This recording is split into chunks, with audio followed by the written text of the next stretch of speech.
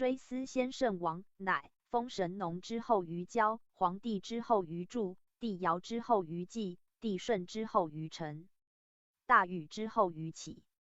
于是封功臣谋士，而师上父为首封。封上父于营丘，曰齐。封地周公旦。于曲父，曰鲁。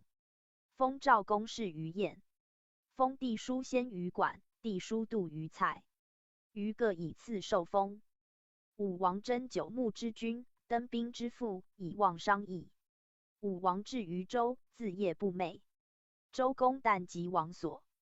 曰：何谓不寐？王曰：告女为天不享阴，自发未生于今60年，麋鹿在目，非鸿满也。